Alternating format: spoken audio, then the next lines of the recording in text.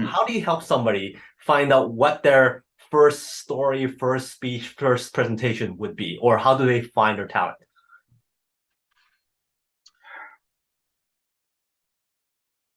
It's an interesting journey to go on. One of the things that can be very helpful for people, Fong, is to go ask people that are close to you. Now, this can be tricky because sometimes our friends and those close to us, they'll tell us things that they think we want to hear because they love us and they're trying to encourage us. And so they're always, yes, oh, you're great, you're wonderful. Yes, yes, yes. You don't want that kind of person. You really don't want that kind of person in your close circle. I mean, it's just a cheerleader. I mean, we need cheerleaders, but you want somebody that really knows you well, knows what makes you tick, knows how you operate and why you operate the way that you do. You begin to go ask those people some questions.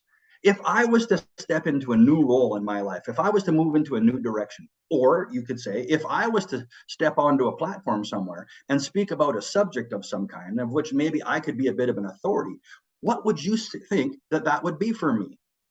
I did that when I began to move into this line of work, into my speaking career. And I kind of wanted a bit of a confirmation, if you will.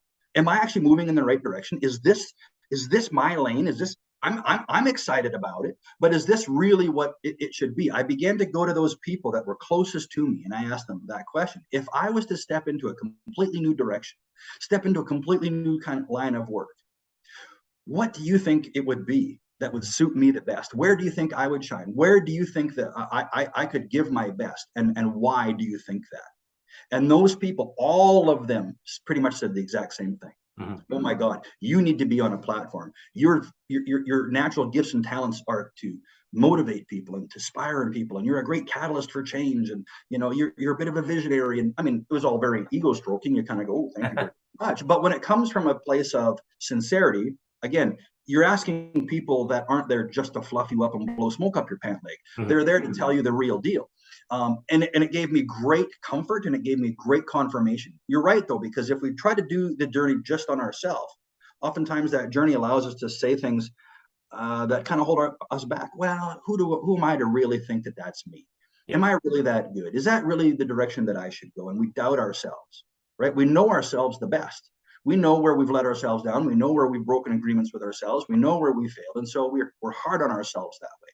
So in a journey like this, as important it is, it's vital to have some very, very close inner circle people around you that will tell you the truth in love, right? With tact and diplomacy a little bit, but be very real about that. When it comes maybe to answer the question, well, how do I find out what my story is or what I might speak about if I'm an aspiring speaker? You've got to have credibility. You have to have credibility. If you're going to get on a platform and speak about something, here's what I can guarantee you. The world does not need another fake, phony, or fraud. The world does not need another poser. The world does not need another, you know what I mean.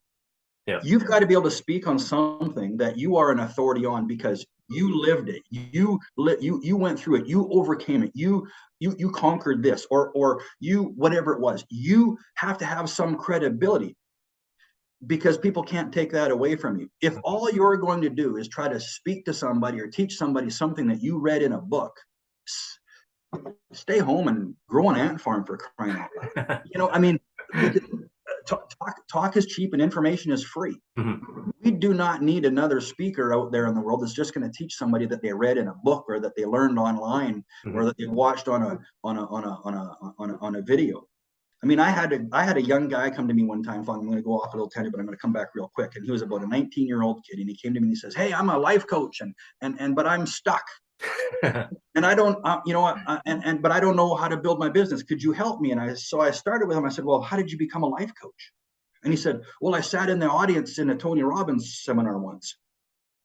Yeah. No, I'm not saying anything about Tony Robbins, but I said, excuse me? And he goes, I said, oh, did you take his certification? Did you get trained by Tony as a coach? Did you go through a program? Did you, and he goes, no, I just sat in the audience once, at a conference. And so now I'm a life coach.